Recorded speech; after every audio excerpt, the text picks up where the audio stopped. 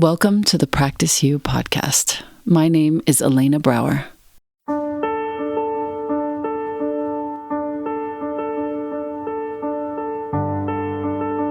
Let's dive into today's conversation regarding life's myriad transitions and how we refine our responses in our relationships, our wellness, our households, our work, and in our practices. You are invited to learn and love and listen with me. Welcome to Practice You.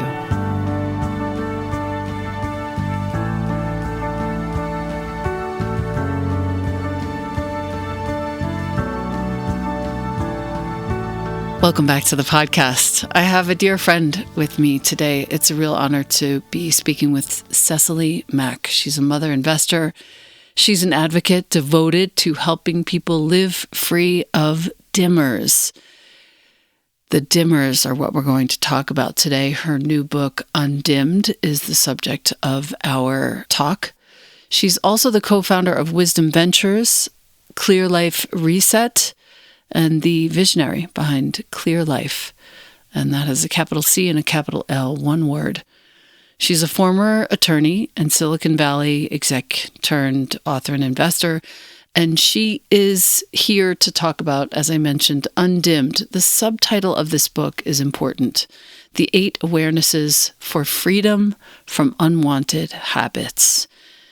This is such a wonderful way to begin, for me, a new sort of phase in my life, which we don't have to talk about today, but it really helps me, this book. We'll have a link to the book in the show notes, of course. And Cecily, again, it's a real honor to welcome you. Welcome here. Oh, thank you, Elena. It's a joy to speak with you as always. Of course. I'm just so happy to be back in a conversation with you. This has really helped me. These 8 awarenesses, I have kept them on my desktop and I have them printed out for myself near my work station. Part 1 of your book, including a foreword by our mutual friend Diego Perez, also known as Young Pueblo. Part 1 is choice. And I'm just going to read through the contents because I really like to do that for our listener who may find this helpful. Part 1 is choice, shedding what no longer serves. The first part of part 1 is the first awareness. My life is better clear.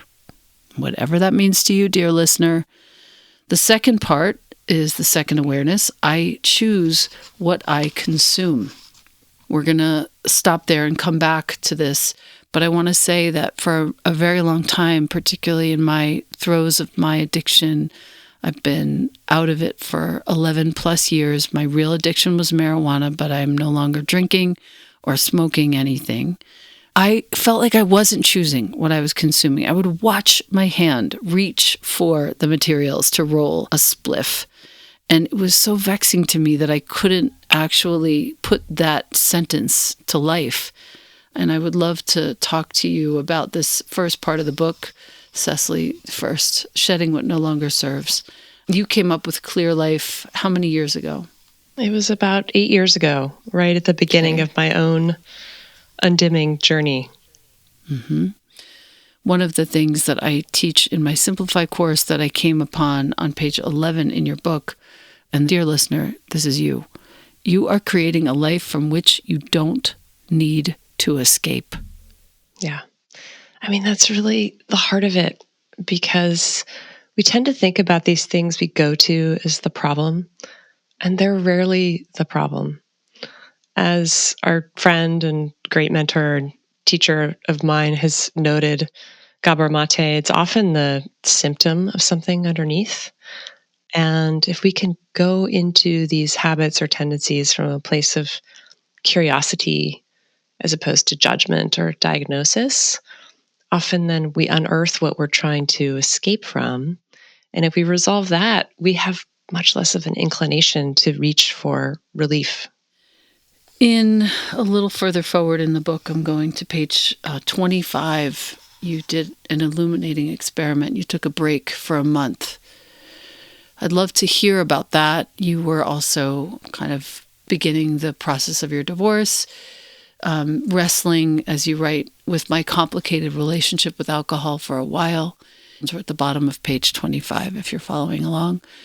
In an effort to shed a few pounds, sleep better, maintain a more consistent exercise routine, suffer from fewer hangovers, and to prove to myself that I wasn't on the path of my late mother, I'd tried to moderate my quote-unquote social drinking habits in various ways for years. Self-imposed, often secret rules included, only drinking on weekends, only drinking after a certain hour, only drinking wine, no hard liquor, and alternating drinks with a tall glass of water. Yet I was never able to stick with these for very long, repeatedly stumbling into old patterns.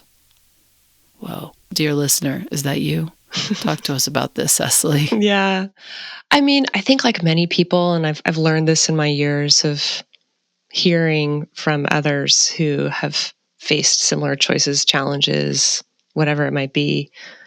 I had an inkling that alcohol wasn't helping me. I was raising two young kids. I had a super demanding job.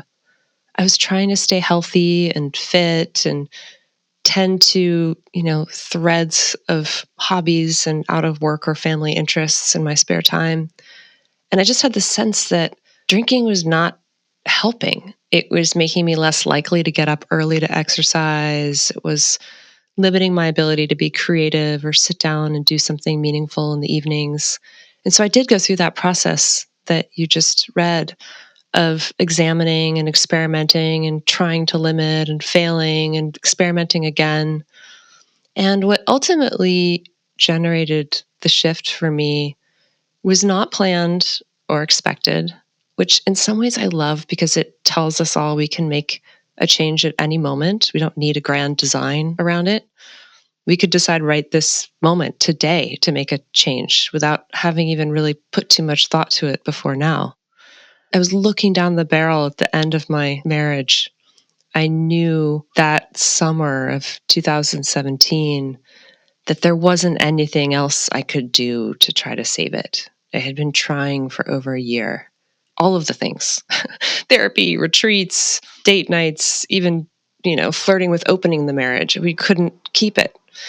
And a friend of mine suggested, as I was sharing that I was finally clear and finally committed to wrapping it up, are you sure? Do you want to maybe make sure that you are crystal clear about this decision before you start mobilizing things that are going to affect your children, your finances, your family, your home, your community, and your future? And I saw in that moment that it was actually going to be easier for me to feel good about what I was shifting and changing if I was doing it from a super clear place than if I was continuing to muddy the waters and dim out my feelings and experiences as I started that process. And so I somewhat spontaneously said, sure, I'll take a 30-day break and just make sure I'm as clear-headed and clear-hearted as possible throughout this process. And that's really what started this. The month went by, and then another month, and another month. I experimented a little bit with going back and then made a decision to take the whole year of 2018 clear. And it was through that year that so much about this choice was illuminated. And I was inspired to start sharing some of my experience with others. I find it really important, I think, to highlight the fact that we're talking about the clear. You're not saying the word sober. You're not saying alcoholic. You're saying clear. Yeah, it's very intentional. In my experience, and again, I have a lot of appreciation and reverence for different people's paths and choices. In my case, the words sober, recovery, alcoholic, even alcohol use disorder had a lot of baggage attached. I was raised by a mother who herself really struggled with addiction and alcohol and other dimmers. So I had a lot of resistance and agitation around that terminology, in part because she herself had been so resistant to it for so many years, and as a result, never really got help or made change because she didn't want the badge or the stigma or the label. So for me to enter into what I refer to as my own clear life, living with clarity and presence, I needed a reframe that made it more about agency and choice and freedom for me than surrendering or accepting or adopting a label or a diagnosis as a first step. Mm-hmm.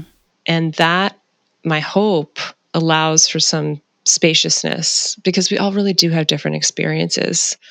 And there is this huge body of us in the middle. I just was reading this morning, half of Americans today, per a 2025 Gallup poll, are questioning our relationship with alcohol. Half of Americans, tens of millions of people, might want to be making a shift or a change, whether it's for health reasons or vanity reasons or mental stability reasons or family member, whatever it might be, and don't really want to go all the way to a designation of sober or a designation of an alcoholic or having alcohol use disorder in order to be within that huge community of people who are trying to make a positive shift. Right. I so appreciate that. I have similar feelings that I won't get into right now because I want to get to the third awareness. My intuition defines my priorities. What you just said, taking that year to really be, clear, you figured out what the truth was for you without any of the dimmers that you were used to. You start this chapter by quoting Dogen Zenji, the father of Soto Zen, which is the tradition in which I practice. Do not follow the ideas of others, but learn to listen to the voice within yourself. And in this chapter, notably for me, on the very second page, page 78, listener, if you're following along, you talked about the fact of this decision. You are very kind of clear about your breast cancer diagnosis and open about the fact that you feel that this was connected, that the alcohol use and the breast cancer diagnosis were connected. And I'd love for you to talk about that with our listener. This is not some sort of punitive or judgmental commentary, dear listener. We are just talking about Cecily's opinion and her experience. And I think it's important to hear her. Thank you. Yeah, I think as a threshold matter, clearing away a dimmer such as alcohol, if nothing else, gives us access to that intuitive guidance. In my case, I was actually using alcohol to turn down the volume on my intuition because I didn't want to hear that clear guidance around changing career, health shifts, marriage considerations. So removing dimmers actually provides, first and foremost, this profound access. In my case, it was actually 5 years after I paused alcohol. Not I don't say quit or got sober, but I paused alcohol. I still make that choice every day. We all do in one way, shape, or form. I did have that breast cancer diagnosis. And in discovering it, I had a very visceral reminder of how important it is to each of us have access to our intuition and to actually tune in and listen to it when it is speaking to us. With my diagnosis in particular, I had an experience of knowing 9 months before my diagnosis that I needed to transition out of my fancy pants COO job. And it took a while to have the communications with the CEO and the board and the team and migrate out of this company that I had helped build. And it was 6 days after I sent the last email as COO that I got the call that I had breast cancer. And I recall referencing, just kind of looking back and having a bit of a hand on heart moment of gratitude that I had tuned into something that wasn't a biological result or message from a medical team, but more of a signal from inside of myself that I needed to create space. And then it was through the experience of treating cancer and trying to understand why I had been susceptible to it that I really grokked the link between alcohol and cancer. And in just even the last few years, we've started to see a lot of increased awareness in our culture in the United States and beyond around that link with alcohol as a group one carcinogen, right alongside asbestos and tobacco, and so little spoken of. So this has become an area of some advocacy and effort for me as well. We have some doctor friends in common, and this is actually a matter that, feels important to share. And if you are listening to us with total respect, I want to invite you, if you are struggling with alcohol or anyone in your life is, send them this episode. When they're ready, they'll hear it. Consider starting to research on your own, for your own mind and heart, the link between alcohol use, its effect in the body, the various organ systems, and this uptick in breast cancer that we're seeing. There are, of course, many other factors, but I think this is one. I think it's not just physiological. I think it's emotional as well. My mom had it when she was in her late 40s. There was a lot of, resentment in her, anger, even unspoken. So yeah, it's really just an invitation to our listener to look at all the facets of what this means, particularly the fact that you were trying to dim your intuitive voice. Yeah. It's profound. One of the really fascinating and perplexing twists of my own breast cancer diagnosis and experience was that it was an estrogen positive cancer, which for your listeners who are familiar with cancer, they'll know what that means. For those who are not, breast cancer comes in many different varieties, and hormone positive, most typically estrogen positive, means that the cancer is feeding off of estrogen in your body. It's the food. So one way to reduce the recurrence is to limit estrogen in your system.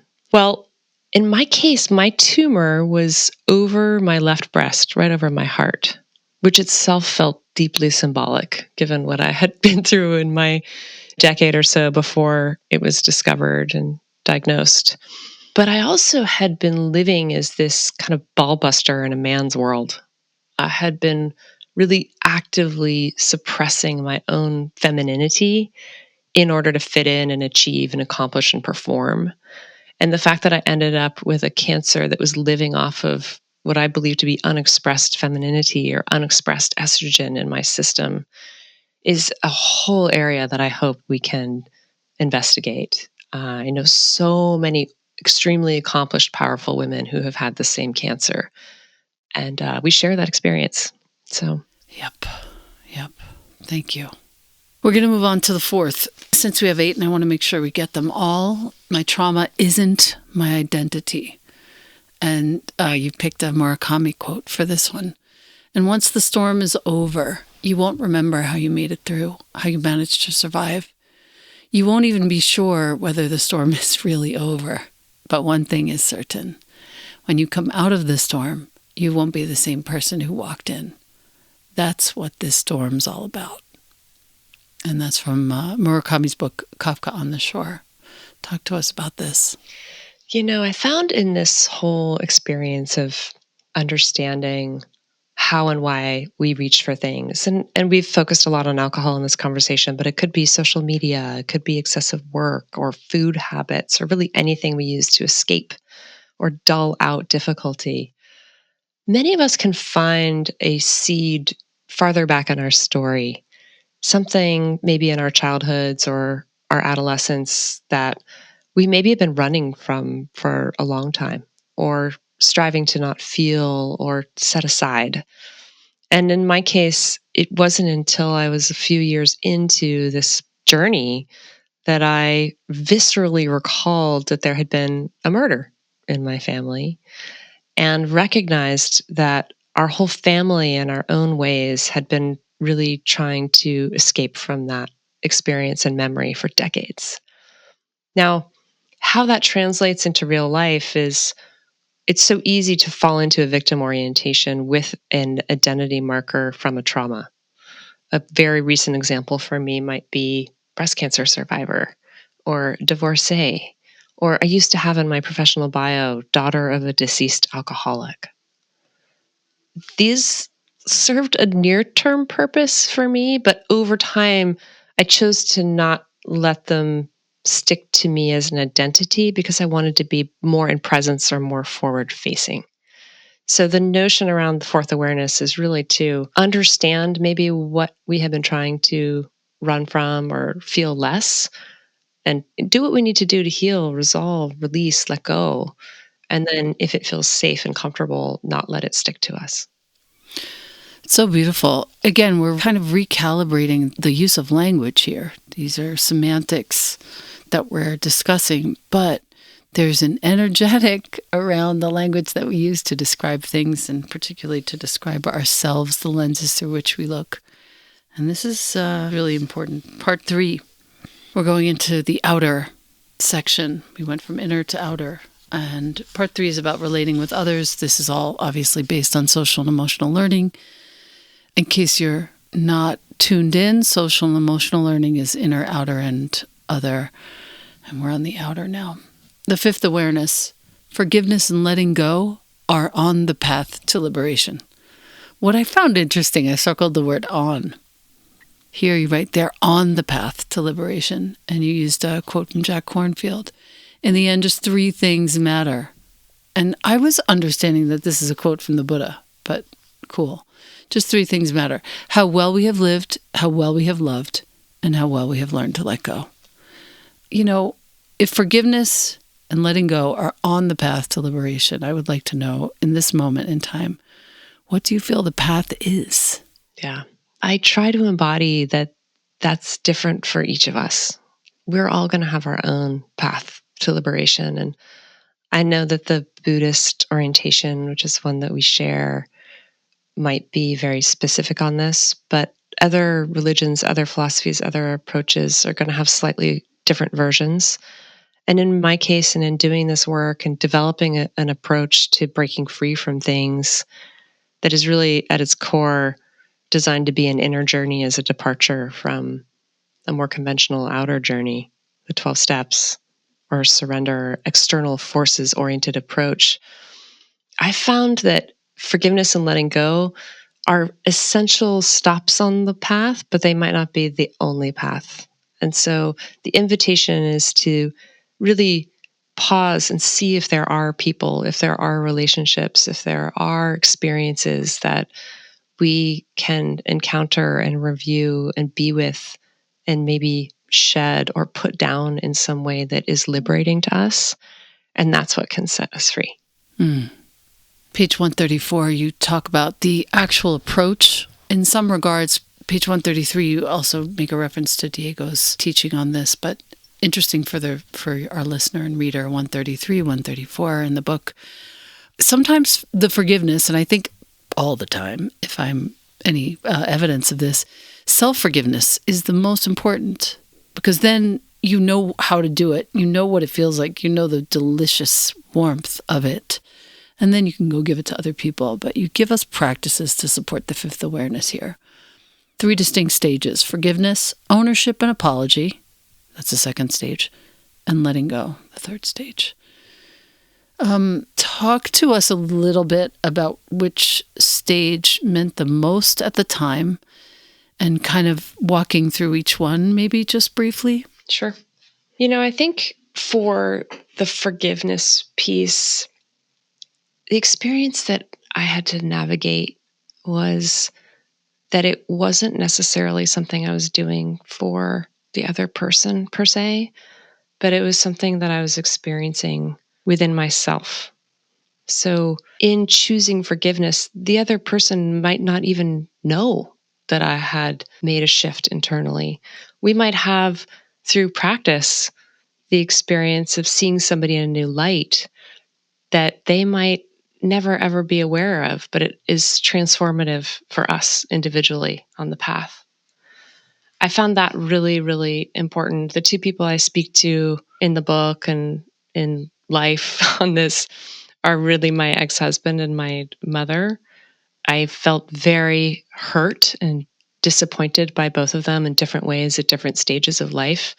And before I could find a place in myself to forgive them, it was very weighty. It impacted other relationships, particularly those with my sons and how my sons related to their father and grandmother. So, in finding some forgiveness in me, I was able to support them in having a healthier, more evolved connection with these really important characters in their lives. The ownership and apology piece is really kind of shifting the lens a bit and recognizing that we each play a role. There was a time when I saw really the events, particularly around those two relationships, as these things were happening to me. I was the victim, the other people were the perpetrator. I didn't have anything to do with this. And in my case, I had to finally learn and see and evolve to recognize that whether it was the way I was behaving or the energy that I had in the relationship or enabling tendencies or resistance or criticality or whatever it might be, I had contributed to the difficulties. And by owning those and being able to acknowledge and apologize in certain cases for my contribution to difficulties was really transformative of the relationship, but then also I think each of us as people, alive and dead. My mother was passed when this happened. You know, on page 135, when you talk about this, the process in connection with your mother, you talk about it as a quiet inner journey, taking years. We're at the bottom of page 135. I walked, sat, read, and contemplated her. I studied pictures of her as a kid, read letters she left for my brother and me, even pored through the books and mementos she'd held on to despite several moves throughout the last decade of her life, searching for clues about her inner experiences. Some years into the process, I wrote out a dialogue with her. I flagged this for myself. It's so beautiful, and I'm totally going to do it. Wrote out a dialogue with her in which I let her, quote, tell me about her childhood and how she learned her own later destructive coping mechanisms. I was able to see how she was never intentionally hurting herself or me. She was doing her best to survive using tools she'd learned on her own path, just like I was. Yeah. This simple awareness evoked a wave of empathy that has been deeply transformative, changing the way I show up as a mother myself and in other close relationships and beyond. Thank you for reading that, Elena. It's very important because this opportunity, if you're listening and you have a parent that you kind of, I'm not going to say that you wish them dead, but you wonder how it will be when they're gone, it will be a wonderful healing in a lot of the cases, and it may be in your case, that you can then develop the relationship that you have always wanted. Yeah. It's never too late to do that.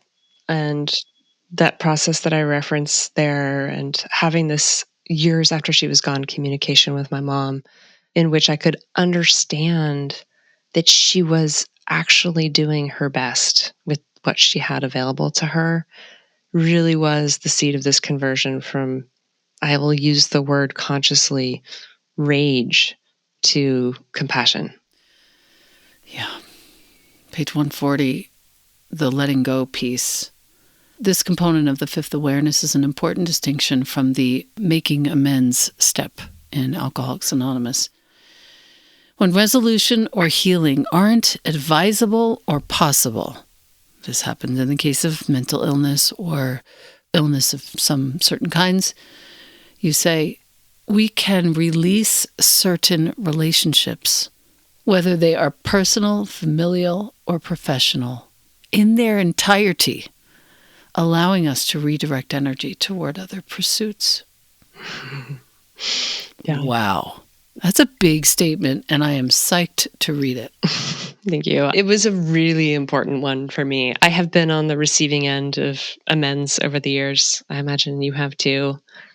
There's something that I wanted in my own process, and I have shared these experiences and heard from others as well, that didn't require confrontation or further engagement. And I love the addition that you made around maybe it's impossible, there's a mental or other physical constraint. Sometimes also we may just need to have a boundary. We may want to honor a deep preference within ourselves to be complete with a person from our past. And the offering here is to be okay with putting something down and letting it go without engagement if that's not a fit for what we need for our own growth. Yep. Thank you for that. We're on page 151, the sixth awareness. I do not judge or impose my orientations upon others.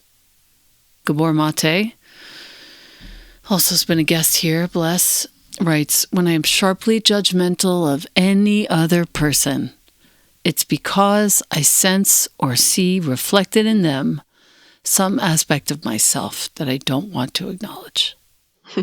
So true.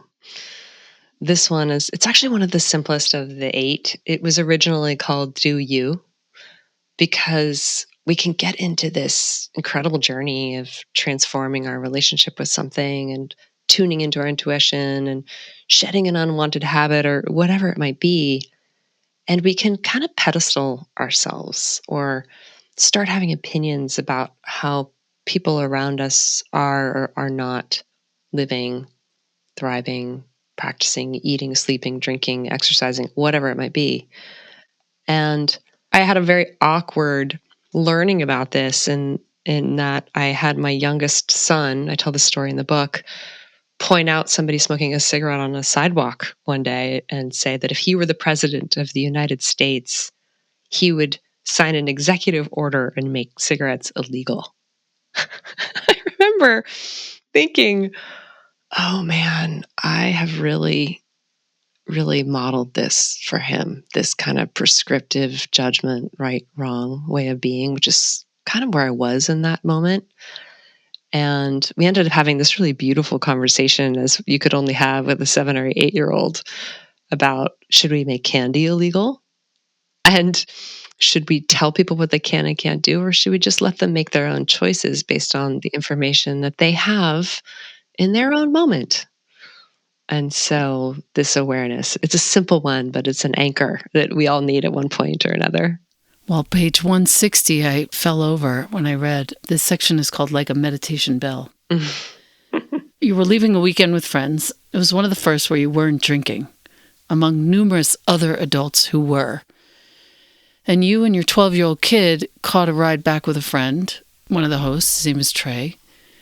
And Trey says, mid-page 161, your choice to not drink is like a meditation bell, he said. It makes others around you pause, reflect for a moment on their own habits. You went on and talked to him for a little while, and you asked, kind of really? And he said, really? It's not a loud statement, but you're not telling anyone, and you're not telling anyone what to do. But your simple choice not to drink invites some self-awareness, self-reflection. It makes people think it's a good thing. So the invitation of this is, I think, the magic. You referenced this earlier where in AA, it's really be the message and get out there and be the one who sort of spreads this wisdom. And you're spreading the wisdom just by your actions. Well, we all can, right? We all do. We spread whatever it is with our actions. You're a mom of a young man yourself. We know that there's a certain point when they're not listening anymore. They're watching us. Yep. They're noticing how we do things and how we interact and how we live. And it goes beyond just our kids. And it can be both empowering and deeply humbling and awkward to realize how much of an impact we can have by just the infinite number of choices we make in a day. Thank you for that. We're moving on to the 7th awareness. Our most precious currency is time, page 175. The quote is from John Kabat-Zinn. The little things, the little moments, they aren't little. Amen. Amen, sister. Time is our most precious currency. I want to quote Roshi Joan, and actually something that's said at the end of the day at Upaya. I'm sure you've heard this when you're around. Let me respectfully remind you, life and death are of supreme importance. Time passes swiftly, and opportunity is lost. Let us awaken, take heed. Do not squander your life. So beautiful. And you talk on page 177 about finding time. I would love to hear about this because I have my own version too. Found time. This was unsettling. And it was about a year and a half into my pause on alcohol. I realized I felt like I had more hours in the days.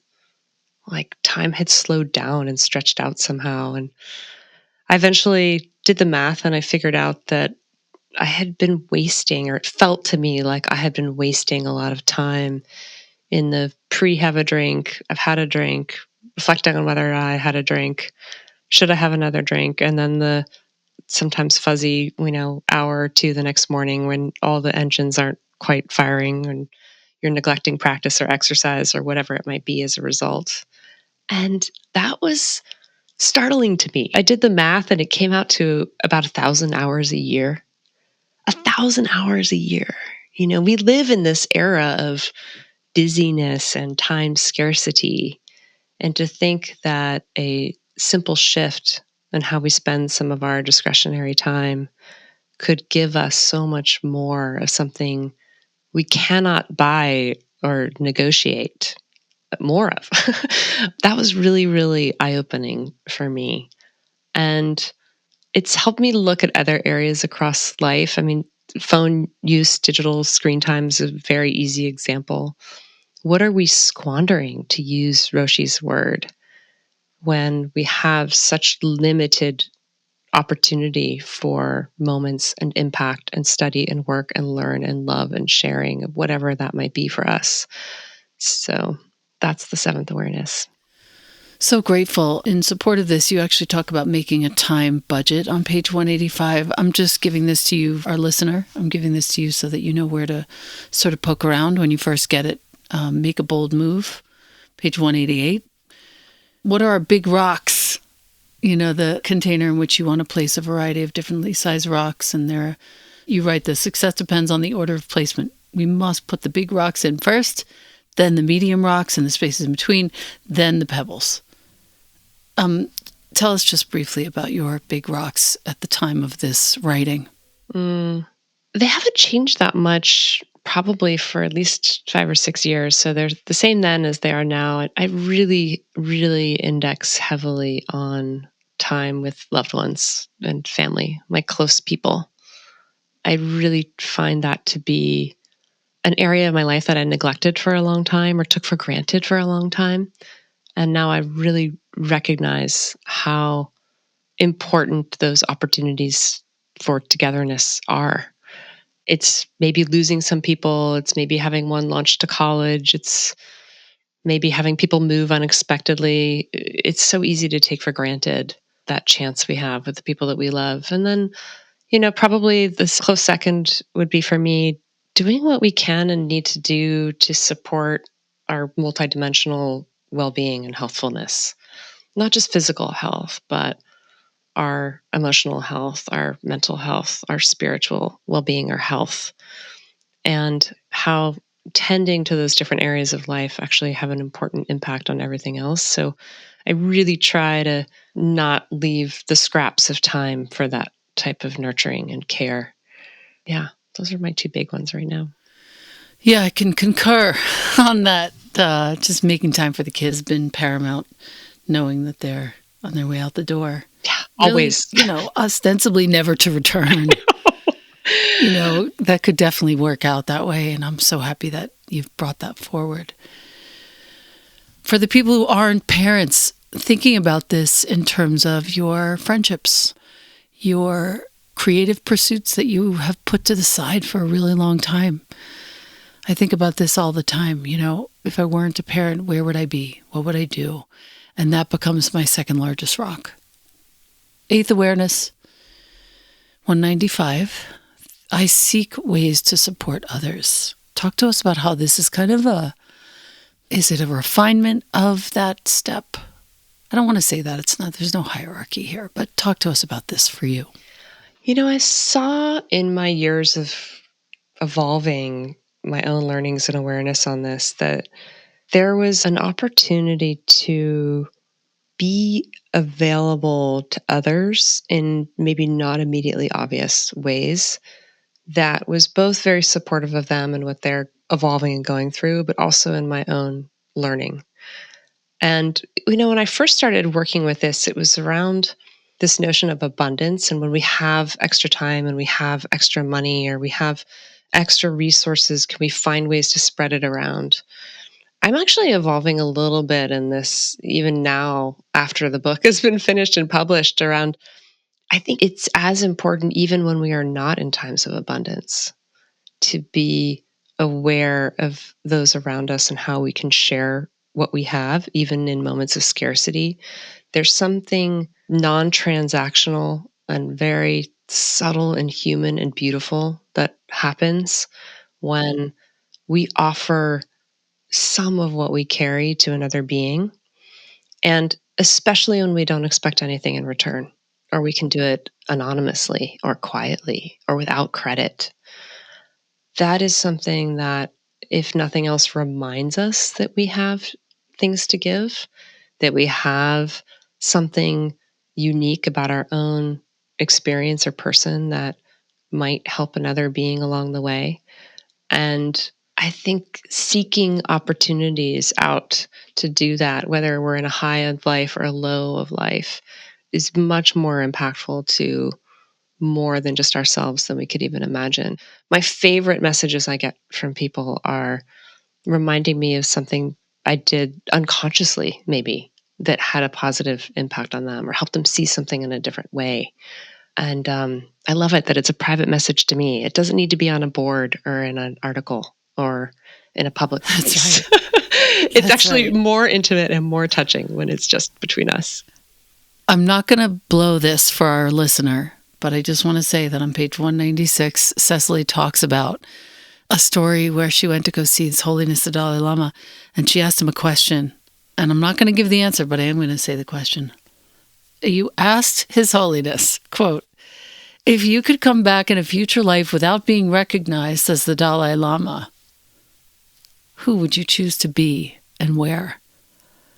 I'll say this. This may sound crazy, but his answer, along with my recent introduction to the wizardry and generosity, magnanimity that is young Taylor Swift, the combination of those two factors have changed the way I function in my life. Oh, I'm not kidding. Beautiful. Section in this chapter about authenticity and service on page 199.